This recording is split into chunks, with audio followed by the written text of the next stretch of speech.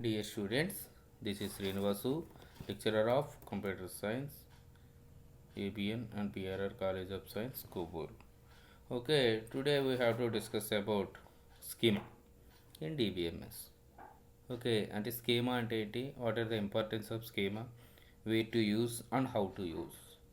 Okay, మనం last లెసన్స్లో చెప్పుకున్నట్టు ఆర్కిటెక్చర్ గురించి చెప్పుకున్నాం, అలాగే లెవెల్స్ ఆఫ్ ఆర్కిటెక్చర్ గురించి చెప్పుకున్నాం. ఓకే, సేమ్ ఆ రెలవెంట్ టాపిక్లోకే ఈ స్కీమా కూడా వస్తుంది, కాబట్టి డోంట్ కన్ఫ్యూజ్. ఓకే, కేర్ఫుల్గా వినండి. చూద్దాం వాట్ ఈస్ స్కీమా.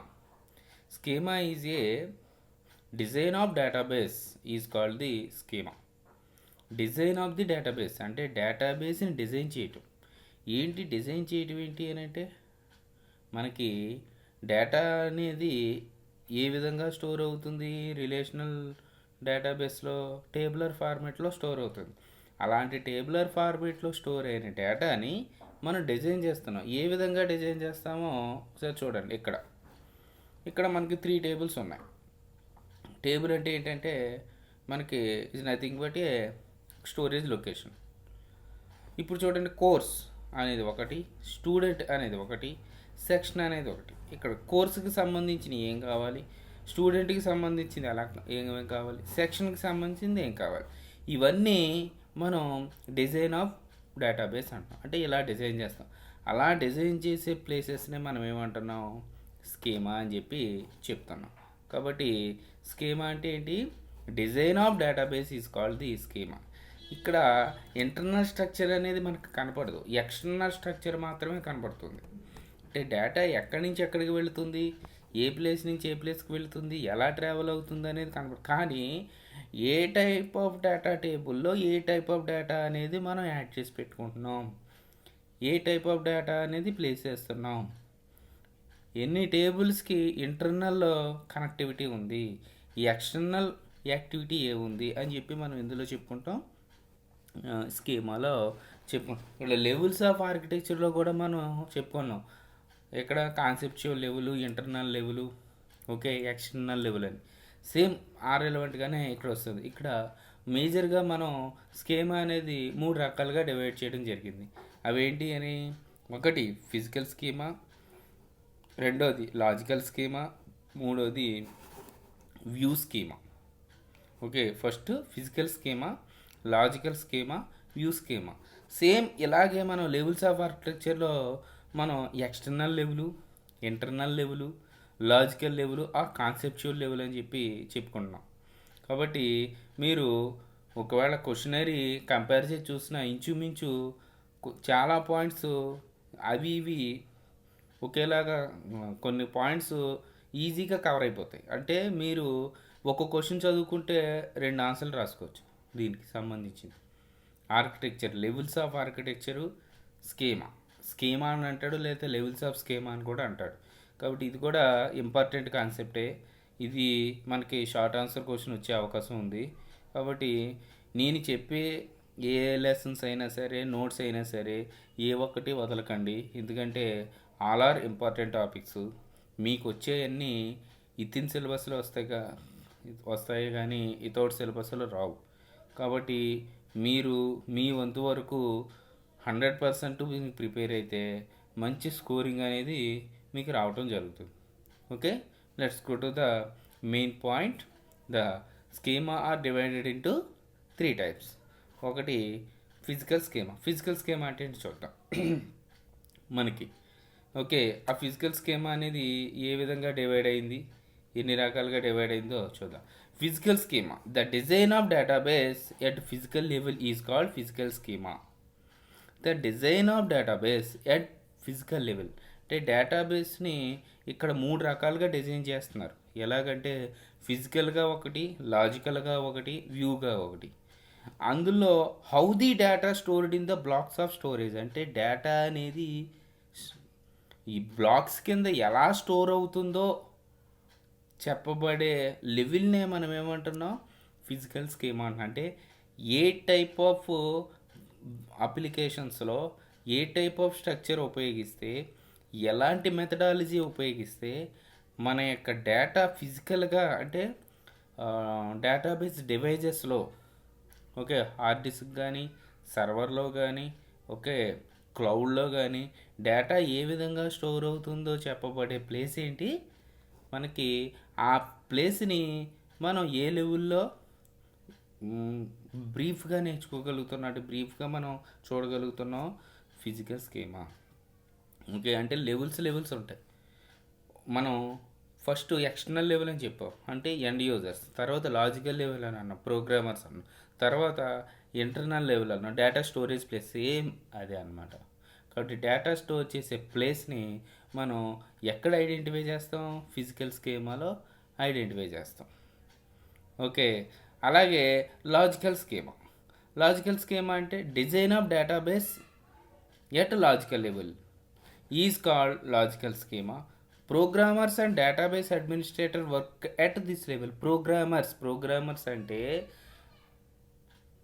అప్లికేషన్ని తయారు చేసే పర్సన్స్ ఎవరైతే ఉన్నారో వాళ్ళని ప్రోగ్రామర్స్ అంటారు. ఇప్పుడు సపోజ్ మనకి బేకామ్ ఇంజనీరింగ్ స్టూడెంట్స్ కానీ, పీజీ స్టూడెంట్స్ కానీ మనం ఐడెంటిఫై చేస్తే, అలాగే ఫైనల్లీ బీఎస్సీ మీతో పాటు ఉన్న వాళ్ళు ఎవరైతే ఉన్నారో, ప్యారలల్ స్టూడెంట్స్ ఎవరైతే ఉన్నారో వాళ్ళు ప్రాజెక్ట్ అని ఉంటుంది. కంప్యూటర్కి సంబంధించిన స్టూడెంట్స్ ఎవరైతే ఉన్నారో వాళ్ళు ప్రాజెక్ట్ అని అంటారు. ఆ ప్రాజెక్ట్లో ఇన్వాల్వ్ అయ్యే పర్సన్స్ ఎవరైతే ఉన్నారో వాళ్ళు ఒక అప్లికేషన్ తీసుకుంటారు. ఇప్పుడు మీరు నేర్చుకున్నారు సి, ఓకే, అలాగే మీ పేర్ల స్టూడెంట్స్ జావా కానీ, .NET కానీ, PHP కానీ ఉన్నాయి. ఆ అప్లికేషన్స్, ఆ సాఫ్ట్వేర్స్ ఉపయోగించి ఏం డిజైన్ చేస్తారు? ఎగ్జాంపుల్గా చెప్పుకోవాలనుకుంటే ఇప్పుడు IRCTC అని ఉంది. మనకి ఏం కనబడుతుంది? నీట్గా ఒక అప్లికేషన్ ఫామ్ కనబడుతుంది. దాన్ని మనం ఫిల్అప్ చేస్తూ ఉంటాం. ఒక OTP వస్తుంది, దాన్ని ఎంటర్ చేస్తూ ఉంటాం. ఫోన్ నెంబర్ అడుగుతుంది, ఎంటర్ చేస్తాం. అలాగే ఈమెయిల్ అడుగుతుంది, ఎంటర్ చేస్తాం. అంతా అయిపోయిన తర్వాత రిజిస్ట్రేషన్ సక్సెస్. నెక్స్ట్ ఎప్పుడైనా సరే మనం రిజిస్ట్రేషన్ ఎప్పుడైనా ట్రైన్ బుకింగ్ చేసుకోవాలనుకుంటే IRCTC వెబ్సైట్లోకి వెళ్ళాలి. అలాంటి వెబ్సైట్ని డిజైన్ చేసే పర్సన్స్ ఎవరైతే ఉంటారో వాళ్ళని ప్రోగ్రామర్స్ అంటారు. అది.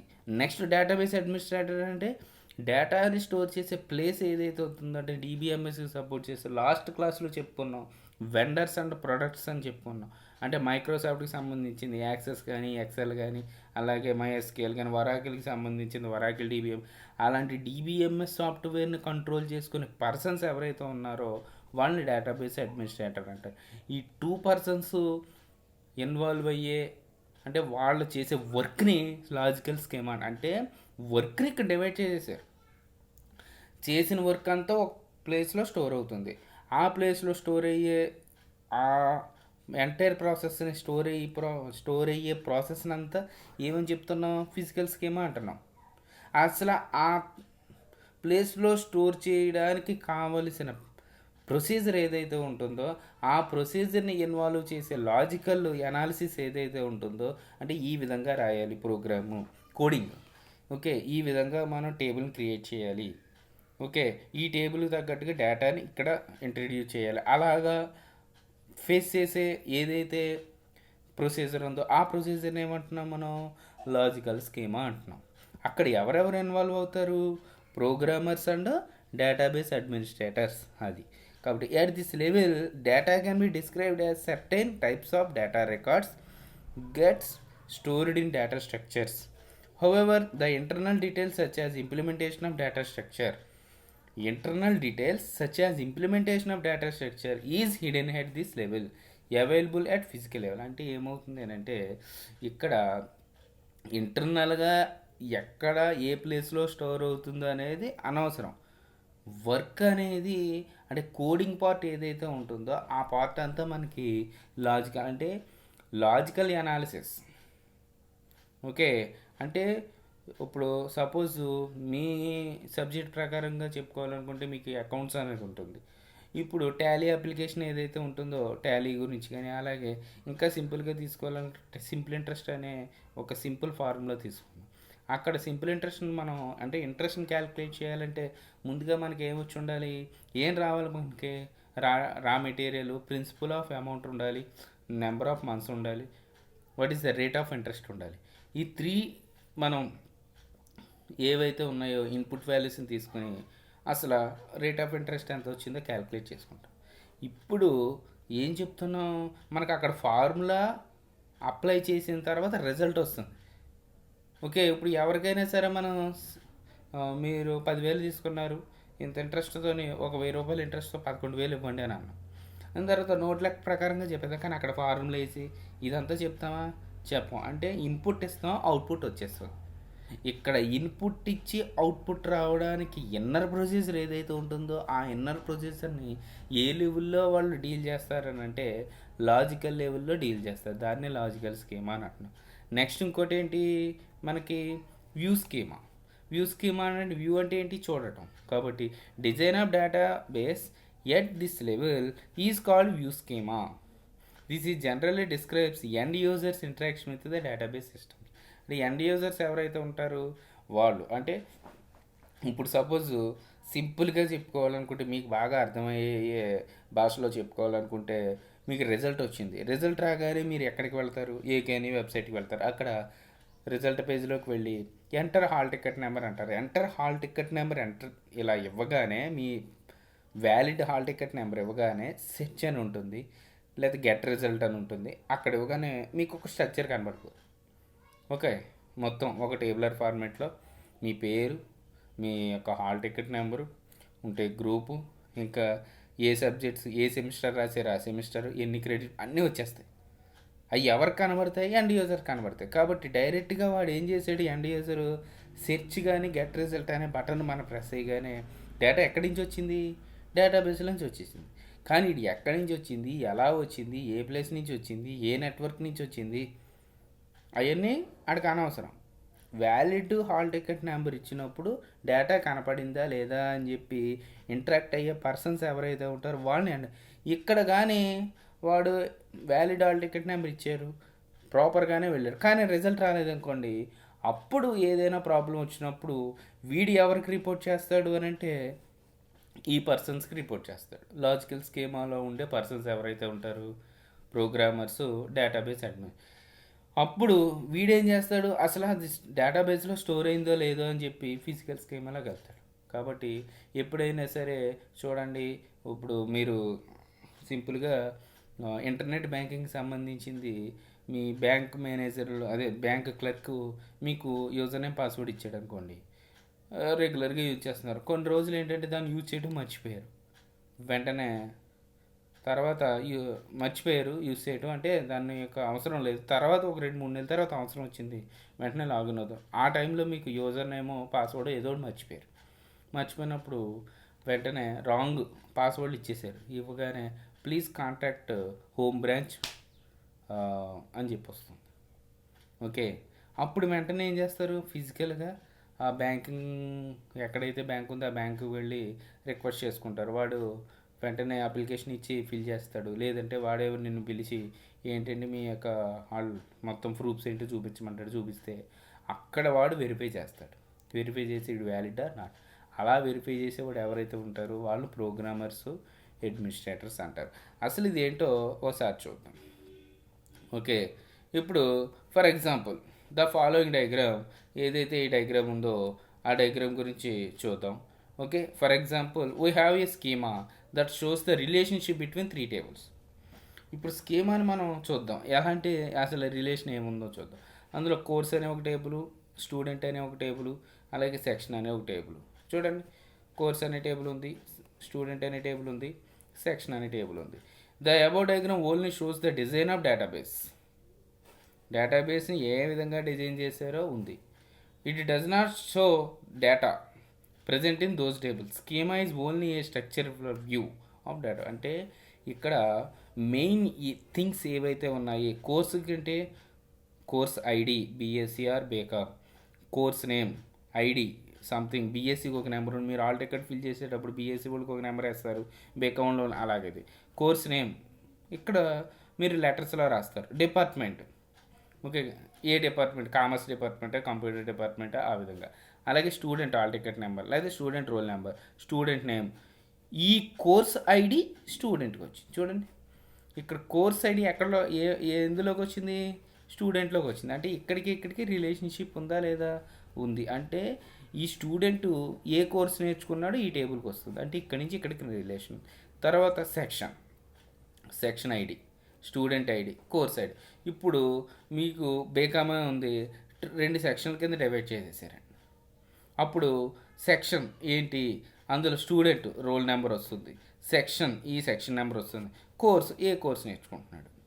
కాబట్టి ఈ విధంగా మనకి ఒక టేబుల్ నుంచి ఇంకొక టేబుల్కి రిలేషన్ ఎలా అయితే ఉందో ఆ రిలేషన్కి సంబంధించిన కీ పాయింట్స్ ఏవైతే ఉన్నాయో ఆ కీ పాయింట్స్ యొక్క స్ట్రక్చర్ని ఎందులో చెప్తారు, స్కీమాలో చెప్తారు.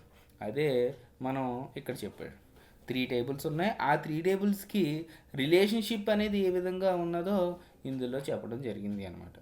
ఇది మనం స్కీమా అని చెప్తాం. ఈ పార్ట్ అంతా మనం ఏమంటున్నాం, మనం ఆ పార్ట్ అంతటిని కలిపి design of database is called schema. అంటే డేటాబేస్ని డిజైన్ చేయడానికి కావాల్సింది ఏదైతే ఉందో ఆ ఇంటర్నల్ స్ట్రక్చర్, అంటే లాజికల్ స్ట్రక్చర్ కానీ ఫిజికల్ స్ట్రక్చర్ కానీ వ్యూ స్ట్రక్చర్ కానీ చూపించే విధానాన్ని మనం ఏమంటున్నాం, స్కీమా అంటున్నాం.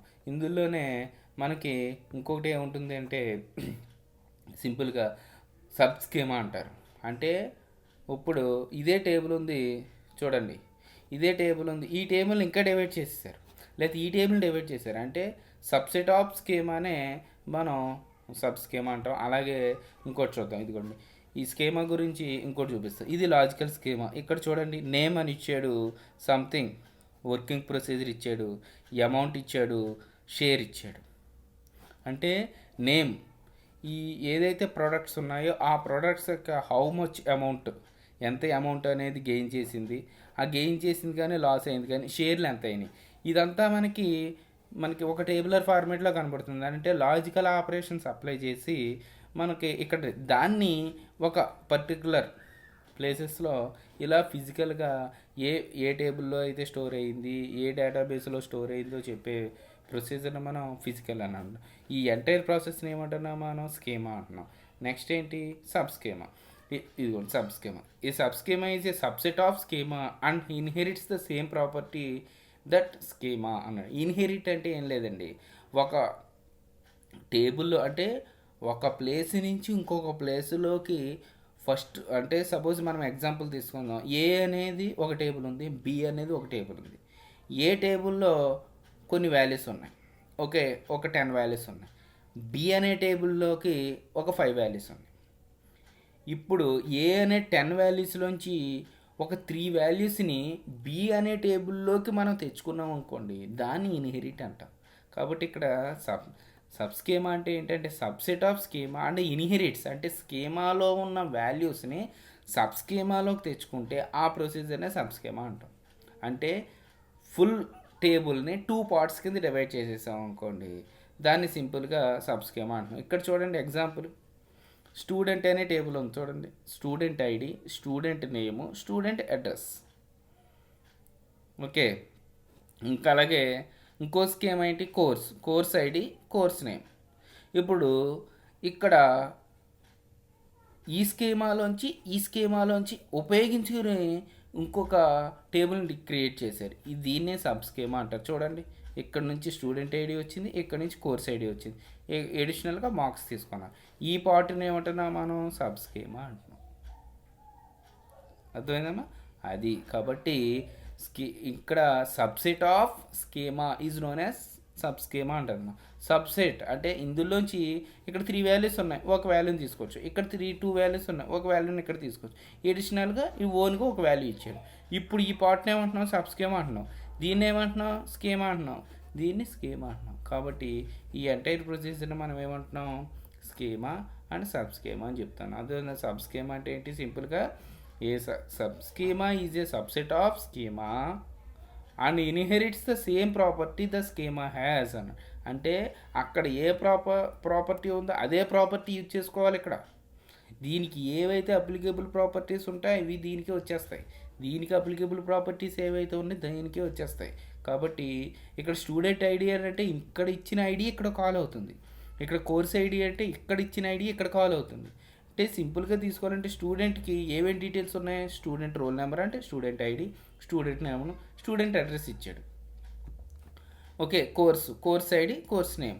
ఇక సబ్ స్కీమాలో ఏంటి, స్టూడెంట్ ఐడిని బేస్ చేసుకుని కోర్స్ వచ్చేస్తుంది. ఇక్కడ ఓన్లీ ఐడీసే వస్తాయి. 101 అన్నాం, ఇక్కడ 101, ఇక్కడ 202 అన్నాం, ఇక్కడ 202, అంటే 101 202 మార్క్స్ 75 మార్క్స్ వచ్చినాయి. అంటే ఇక్కడ ఓన్లీ ఐడి వస్తుంది. నాకు ఐడి కాదు, ఐడితో పాటు నేమ్ కావాలంటే ఇవి డిస్ప్లే అవుతాయి. అలాగే కోర్స్ ఐడి వస్తుంది, ఐడితో పాటు కోర్స్ నేమ్ కావాలంటే ఇక్కడ వస్తుంది. మీకు వచ్చే డేటా కూడా అంటే ఇలాగ విడివిడిగా టేబులర్ ఫార్మెట్లో స్టోర్ అయ్యి వ్యూ లెవెల్లో అన్నీ కలుపుకుని వచ్చేస్తాయి. అలా కలుపుకుని రావడానికి మనం సబ్ స్కీమా వాడుతూ ఉంటాం.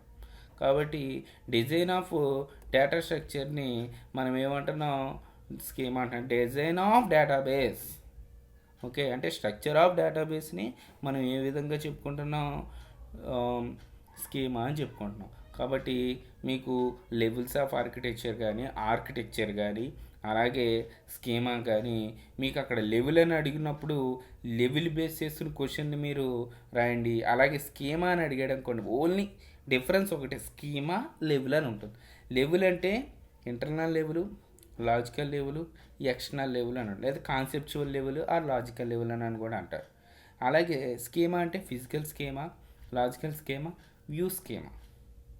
కాబట్టి ఆ డిఫరెన్స్ మైన్యూట్ డిఫరెన్స్, ఆ మైన్యూట్ డిఫరెన్స్ని మీరు ఎక్కడైతే వస్తుందో దాన్ని ఐడెంటిఫై చేసుకుని మీరు క్వశ్చన్ని 2 క్వశ్చన్లు చదువుకునేటప్పుడు కూడా ఒకసారి ఈ వీడియో చూసేటప్పుడు లెవెల్స్ ఆఫ్ ఆర్కిటెక్చర్ని కూడా ఒకసారి అబ్జర్వ్ చేసి చూడండి. అలాగే అది చూడలేని వాళ్ళు ముందు ఈ వీడియో అనుకునేటప్పుడు ఈ వీడియో చూసేటప్పుడు ఆల్రెడీ అది చూసి ఉండాలి.